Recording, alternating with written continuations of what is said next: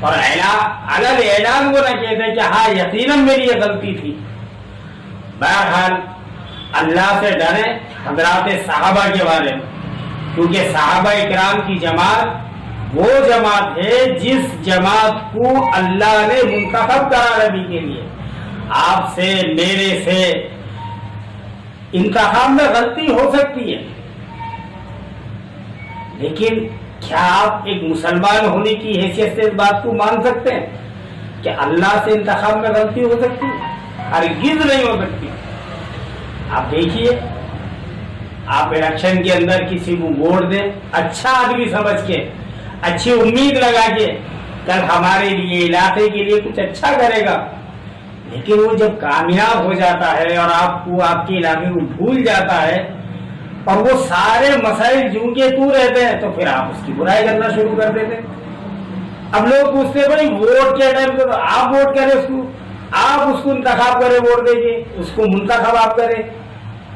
آپ بولیں گے بھائی میں عالم الغیب نہیں ہوں، اس وقت مجھے اچھا لگ رہا تھا یہ آدمی، مجھے کیا معلوم کہ جیتنے کے بعد کامیاب ہونے کے بعد یہ ایسا ہو جائے گا. تو ہمارا اور آپ کا انتخاب غلط ہو سکتا ہے، ہم سے غلطی ہو سکتی ہے، ہمیں نہیں معلوم آج جو بندہ ہمارے سامنے اچھا ہے کل وہ کیسا ہوگا. لیکن ہم مسلمان ہیں اور ہمارا عقیدہ یہ ہے کہ اللہ سے غلطی نہیں ہو سکتی.